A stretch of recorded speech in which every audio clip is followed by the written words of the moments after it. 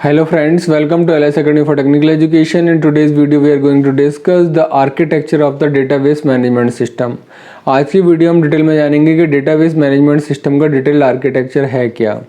तो डीबीएमएस के आर्किटेक्चर में सबसे पहले हम देखेंगे यूजर कौन कौन से हैं जो डेटाबेस को एक्सेस करेंगे। तो सबसे पहले अगर हम देखें इसमें तो यूज़र है हमारे डेटाबेस एडमिनिस्ट्रेटर और डीबीए। दूसरे टाइप के यूज़र हैं कैजुअल यूजर्स जो कि मिडिल या हाई लेवल मैनेजर्स होते हैं जो फ्रीक्वेंटली या वीकली अपनी क्वेरीज के लिए डेटाबेस को एक्सेस करते हैं। और ये जो कैजुअल यूजर्स हैं ये हर बार एक नई क्वेरी के लिए डेटाबेस को एक्सेस करते हैं। तीसरे टाइप के जो यूज़र हैं वो हैं एप्लीकेशन प्रोग्रामर्स। एप्लीकेशन प्रोग्रामर क्या करते हैं कि जो भी उन्हें स्पेसिफिक डेटाबेस ऑपरेशन करना होता है, जो भी उन्हें स्पेसिफिक डेटाबेस ऑपरेशन करना होता है उसी के लिए वो एप्लीकेशन प्रोग्राम बनाते हैं और अपना एप्लीकेशन प्रोग्राम बनाकर उसके बाद वो डेटाबेस को एक्सेस करते हैं। इसमें आपके जो आते हैं वो आपके इंजीनियर्स आते हैं, बिजनेस एनालिस्ट आते हैं, ठीक है। वो क्या करते हैं एप्लीकेशन प्रोग्रामिंग कैटेगरी में आती हैं कि डेटाबेस की जिस तरह की उन्हें रिक्वायरमेंट है उसके accordingly application program high level language में बनाकर उसके अकॉर्डिंगली डेटाबेस को एक्सेस करना। नेक्स्ट टाइप जो यूज़र है वो पैरामीट्रिक यूजर या नेव यूजर्स हैं जो कि डेली यूजर्स हैं। वो यूजर्स जिनको बिल्कुल भी डेटाबेस की नॉलेज नहीं होती, जिनको डीबीएमएस की भी नॉलेज नहीं होती, वो क्या करते हैं अपनी डेली बेसिस पर जो भी क्वेरीज होती हैं उनको डायरेक्टली किसी न किसी एप्लीकेशन इंटरफेस के थ्रू एक्सेस करते हैं। जैसे मान लीजिए नॉर्मल बैंकिंग यूज़र है, वो बैंकिंग एप्लीकेशंस बैंकिंग की साइट को एक्सेस करके बैंकिंग के डेटाबेस को एक्सेस करके अपनी क्वेरीज को रिजॉल्व करता है। दूसरा जैसे कि मान लीजिए आपका रेलवे रिजर्वेशन आप करा रहे हैं तो आप जो भी डेटाबेस को एक्सेस कर रहे हैं रेलवे के जिसके थ्रू आपका रिजर्वेशन हो रहा है वो आप उस केस में क्या हैं, उस केस में आप पैरामीट्रिक यूज़र हैं, ठीक है। आपने एयरलाइन रिजर्वेशन कराया तो यूज़र जिसको डेटाबेस का कोई भी आइडिया नहीं है वो अगर डेटाबेस को एक्सेस करके अपनी क्वेरीज को रिजॉल्व कर रहा है, मान लीजिए आपने पता लगाया कि भाई किस ट्रेन में कितनी सीट्स अवेलेबल हैं, ठीक है, तो आपने कि एप्लीकेशन को यूज़ करके उसके थ्रू आपको रिजल्ट मिला। आपको ये मतलब नहीं है कि किस तरीके से डेटाबेस वर्क कर रहा है। तो वो सारे यूजर किस कैटेगरी में आते हैं, पैरामीट्रिक यूजर या नेव यूजर्स, जो सबसे ज़्यादा एक्सेस करते हैं डेटाबेस को बट उनको नॉलेज नहीं रहती है डेटाबेस के बारे में, ठीक है। जो सबसे पहली कैटेगरी है डेटाबेस एडमिनिस्ट्रेटर, ये सबसे ज़्यादा ओवरऑल जो डेटाबेस है उसको कंट्रोल करने वाले ये होते हैं।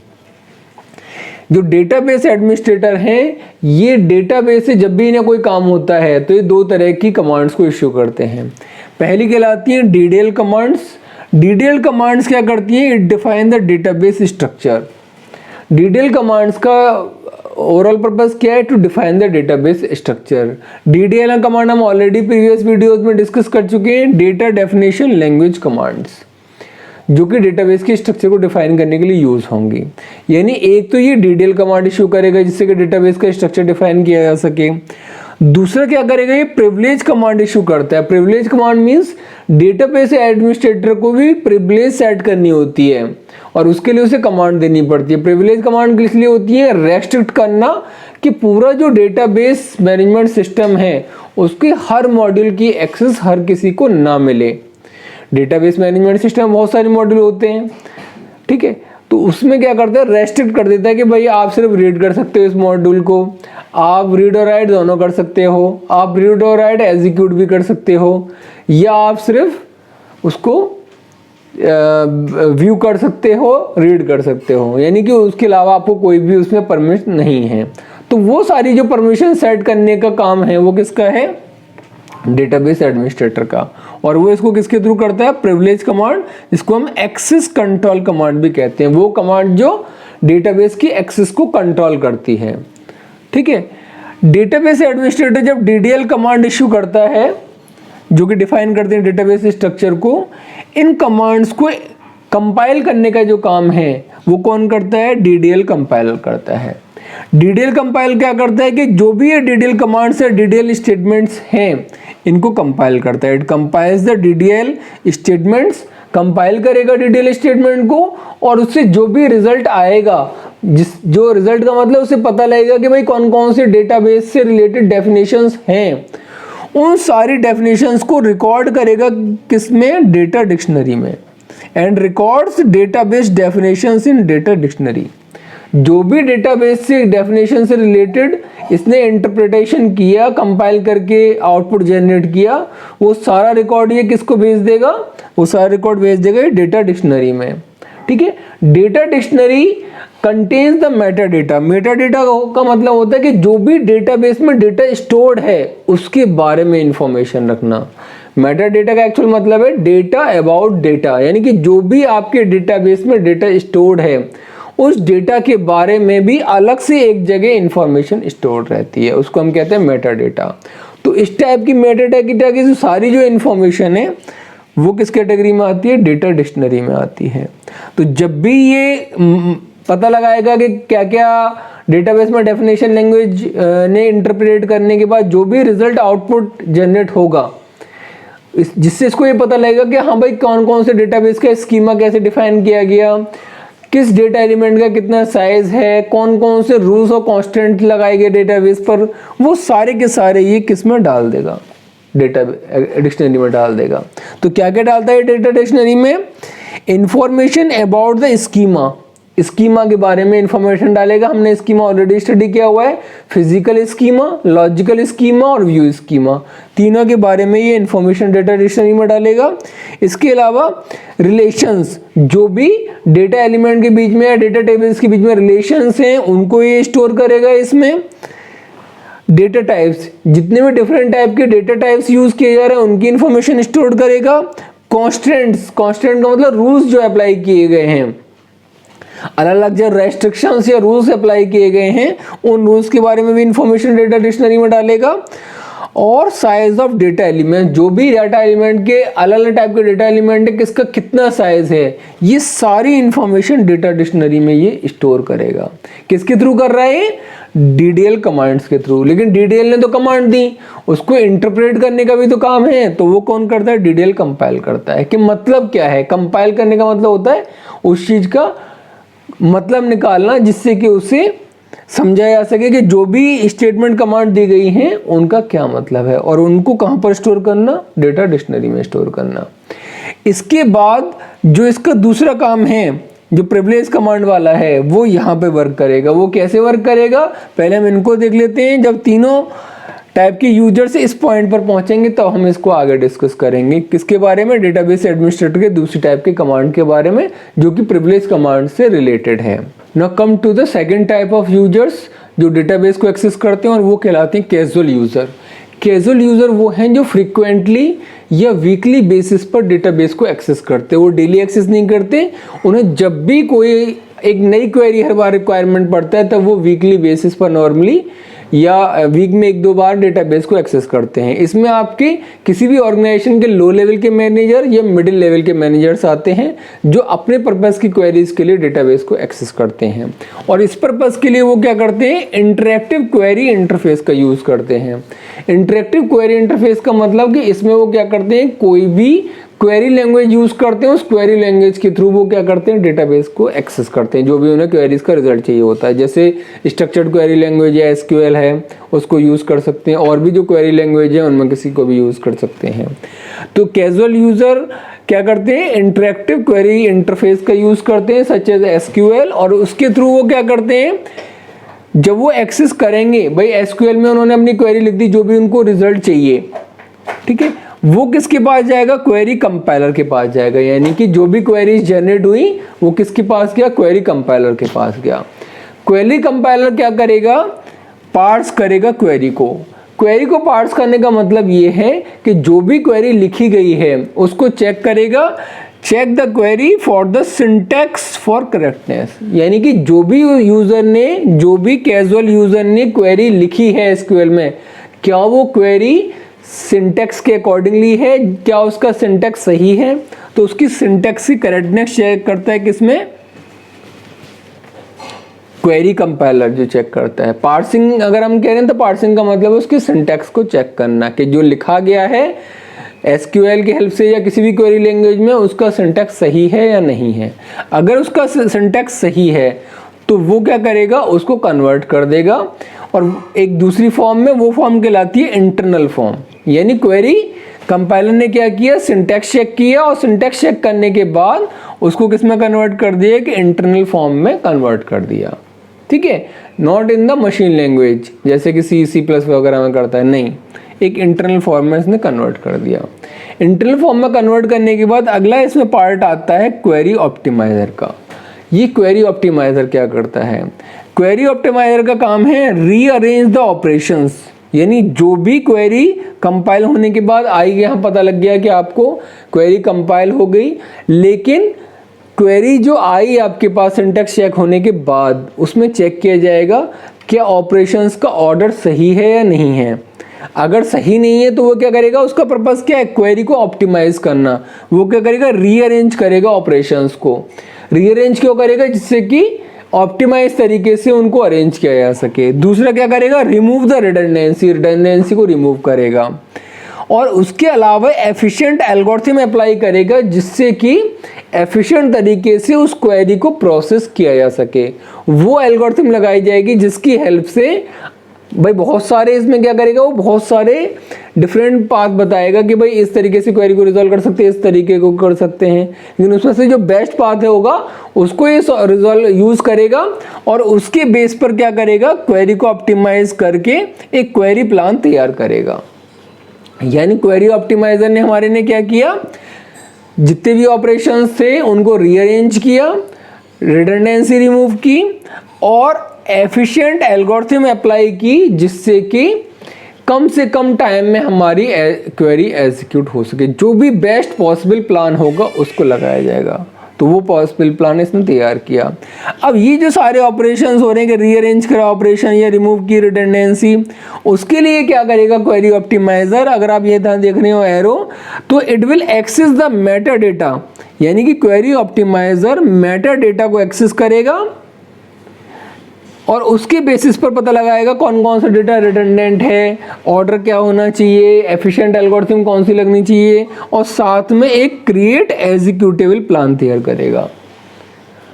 ठीक है, किसके बेसिस, किसकी हेल्प से तैयार किया इसने, मेटा डेटा जो कि डेटा डिक्शनरी में स्टोर्ड है। क्वेरी ऑप्टिमाइजर ने बेस्ट ऑप्टिमाइज क्वेरी के एग्जीक्यूशन के लिए प्लान तैयार किया। तो यहाँ पर क्वेरी प्लान क्या है, जो उसने उस क्वेरी के लिए बेस्ट पॉसिबल एग्जीक्यूशन प्लान तैयार किया है। अब इसने प्लान तो बता दिया कि भाई इस तरीके से क्वेरी बेस्ट तरीके से एग्जीक्यूट हो सकती है। अब ये किसको कॉल करेगा, ये कॉल करेगा रन टाइम डेटाबेस प्रोसेसर को।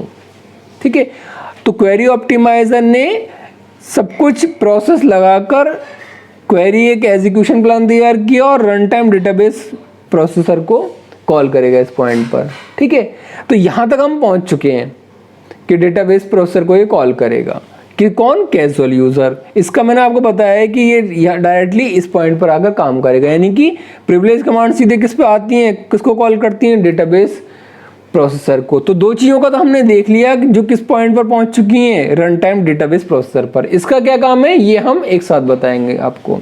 अब आते हैं तीसरे टाइप के यूजर में और चौथे टाइप के यूजर में कि ये किस तरीके से रन टाइम डेटाबेस प्रोसेसर तक पहुंचेंगे।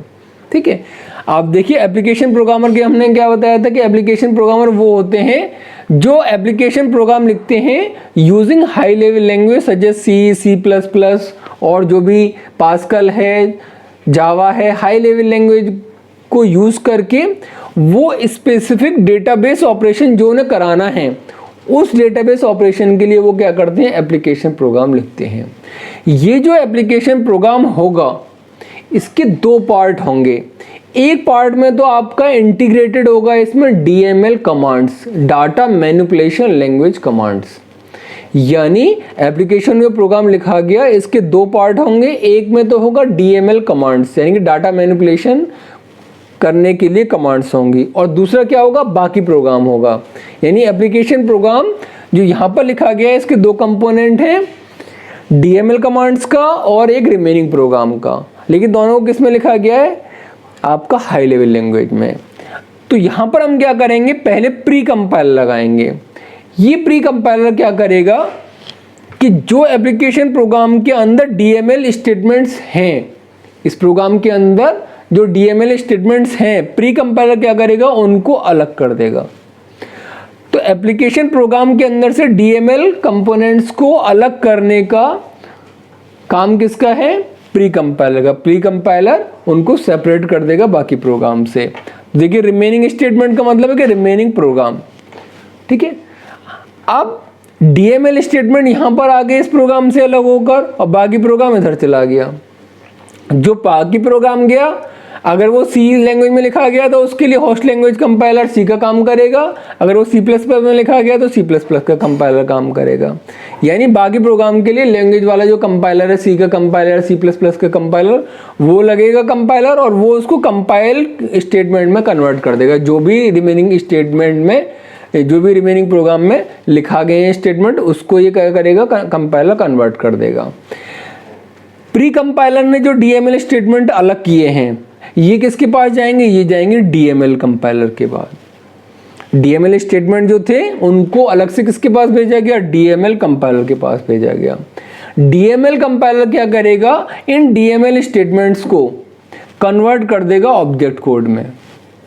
यानी इसका आउटपुट क्या आएगा, डीएमएल कंपाइलर का ऑब्जेक्ट कोड आएगा। डीएमएल स्टेटमेंट्स को उनके ऑब्जेक्ट कोड वाली ओबीजे फाइल में कन्वर्ट कर दिया।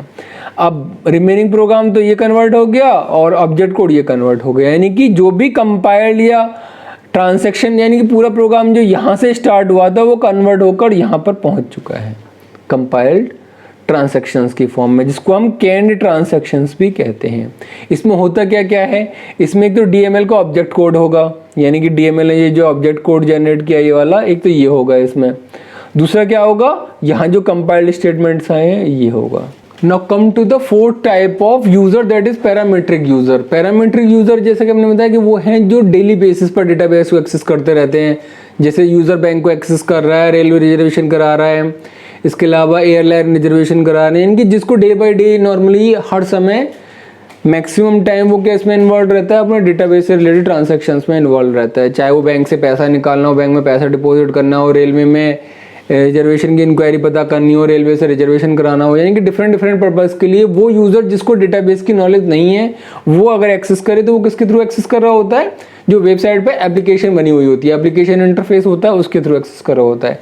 एप्लीकेशन इंटरफेस डायरेक्टली किसमें प्रोग्राम को कहाँ पहुँचा देती है, एप्लीकेशन इंटरफेस के थ्रू वो सीधा किससे कनेक्टेड रहता है, कंपाइल्ड ट्रांजैक्शन से कनेक्ट हो जाते हैं। यानी कि जैसे ही एप्लीकेशन के थ्रू अपनी रिक्वेस्ट प्रोसेस करेगा, वो किसमें, ऑब्जेक्ट कोड और कंपाइल्ड स्टेटमेंट के पास पहुंच जाएगा। यानी कि एप्लीकेशन इंटरफेस के बाद डायरेक्टली वो किससे कनेक्टेड हो जाएगा, कंपाइल्ड ट्रांजैक्शन से कनेक्ट हो जाएगा। अब ये जितनी भी सारी चीज़ें हैं, चाहे वो एप्लीकेशन प्रोग्रामर हो, चाहे वो पैरामीट्रिक यूज़र हो, वो सारे के सारे यहीं पर आ जाते हैं। यानी कि ट्रांजैक्शन जो भी उसे करना है वो कंपाइल्ड फॉर्म में सीधे आ चुके हैं। अब आप ये देखेंगे ये भी किससे कनेक्टेड है यहाँ पर आकर, यानी कि जब कंपाइल्ड ट्रांजैक्शन जनरेट हो जाएंगे तब ये भी क्या करेगा, किसको कॉल करेगा, ये भी कॉल करेगा रन टाइम डेटाबेस प्रोसेसर को। ठीक है, तो ओवरऑल हमारे प्रिविलेज इंस्ट्रक्शन कॉल कर रहे हैं यहाँ पर, डीबीए कॉल कर रहा है प्रिविलेज इंस्ट्रक्शंस के थ्रू यहाँ पर रन टाइम डेटाबेस प्रोसेसर को। कैजुअल यूजर के बारे में बड़ा पता, क्वेरी ऑप्टिमाइजर के बाद एक्सेस कर रहा है। Application programmer parametric user compiled transaction के बाद कॉल कर रहे हैं किसको, रन टाइम डेटाबेस प्रोसेसर को। अब रन टाइम डेटाबेस प्रोसेसर करेगा क्या, रन टाइम डेटाबेस प्रोसेसर क्या है, जो एक्चुअली में एग्जीक्यूट करेगा। यानी कि इसने जो क्वेरी प्लान दिया, इसने जो कमांड बोली कि भाई एक्सेस कंट्रोल करना है, या इन्होंने जो कंपाइल ट्रांजैक्शन दिए कि भाई मेरा ये काम होना है, ये काम होना है, ये सारे काम कौन करेगा, रन टाइम डेटाबेस प्रोसेसर क्या करेगा। क्योंकि ये किससे कनेक्टेड रहता है, ये कनेक्टेड रहता है स्टोर डेटाबेस से, जो कि डिस्क में स्टोर्ड है। जो डिस्क में एक्चुअली डेटाबेस स्टोर डेटाबेस है, उसके साथ रन टाइम डेटाबेस प्रोसेसर जो भी क्वेरीज आई हैं, जिनकी भी रिक्वेस्ट आई है, उन सब की रिक्वेस्ट को एग्जीक्यूट करेगा। किसकी हेल्प से, स्टोर्ड डेटा मैनेजर की हेल्प से। आप देखेंगे ये इससे कनेक्टेड है, तो स्टोर डेटा मैनेजर की हेल्प से क्या करेगा, ये क्वेरीज को एग्जीक्यूट करेगा। और क्वेरीज को एग्जीक्यूट करने के लिए इसकी कौन हेल्प करेगा, ट्रांजैक्शन मैनेजर। आपको यहाँ दिखाई दे रहा होगा, जब भी ये रन टाइम डेटाबेस प्रोसेसर इसको एक्सेस कर रहा होगा तो इसको कौन कौन हेल्प कर रहा होगा, एक तो स्टोर डेटा मैनेजर हेल्प कर रहा होगा इस डेटाबेस के लिए कि किस तरीके से इसको मैनेज करना है। स्टोर डेटाबेस मैनेजर का क्या काम है, manages and control the access of information stored in the disk. जो भी डिस्क में स्टोर्ड है डेटा उसको मैनेज करना और कंट्रोल करना, वो किसका काम है, स्टोर डेटाबेस मैनेजर। तो स्टोर डेटाबेस मैनेजर की हेल्प से रन टाइम डेटाबेस प्रोसेसर जो भी उसकी क्वेरीज हैं उनको एग्जीक्यूट करेगा।